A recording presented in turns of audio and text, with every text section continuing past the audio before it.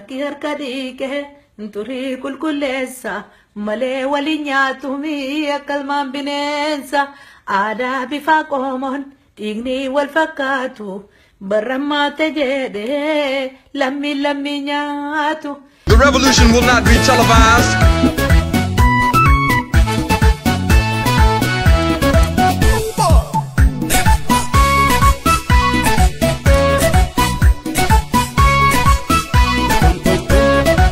لمي كون مرر فتا قافتي كيف سنبدأ ستهي تنجرادا قافة بوريف قافتي كيف ولبدا الناس شفتون جرانا لمي كون جنقر فمي بي يسارا بيتين فمي بي ينباكي سجوري كين يلاني مافكن مواتي قدانا شفتون جرانا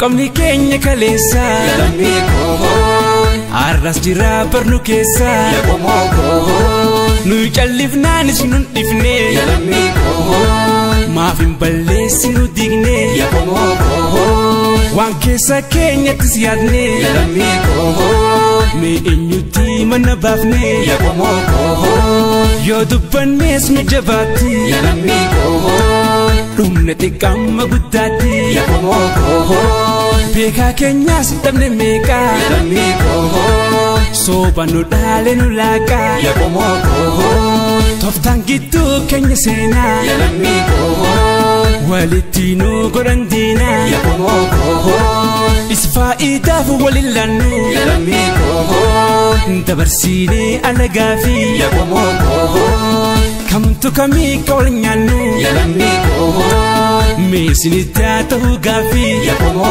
kohoy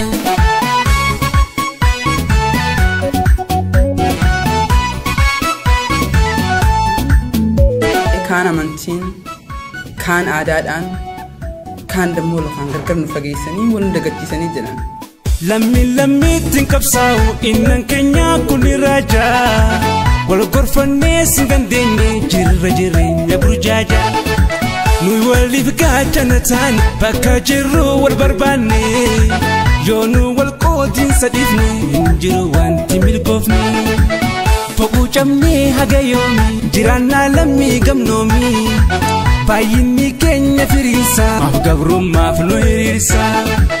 Keenya laallee harka laalu maaf ta'ee keenya carraani baay'inaan eenyu nun caalu maaliif takkummaa dhabuuni. የብሔር ብሔረሰቦች መብት ተከብሯል ትሉናላችሁ አንድ ኦሮሞኛ ተናጋሪ ፕሬዝዳንት ስለመረጣችሁ የኦሮሞ ህዝብ መብት ተከበረ ማለት አይደለም እንቅጩኝ ነገራችሁ ሜወልታና ሰበኮ ሜወልታና ለሚኮ ለሚኮ nu wal malin kamnu aha waliftaane irko lammiiko nu wal malin kamnu aha maalummaan tiyyeessun eenyummaan tiyyeessun aadaan tiyyeessun seenaan tiyyeessun waan irraa qaanfatan hin qabdu kana maatii gadii miti waliftaane irko nutummaan aha waliftaane irko.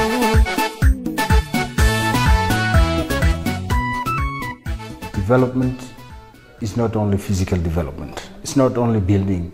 It's not only constructing houses. It should be some kind of human development.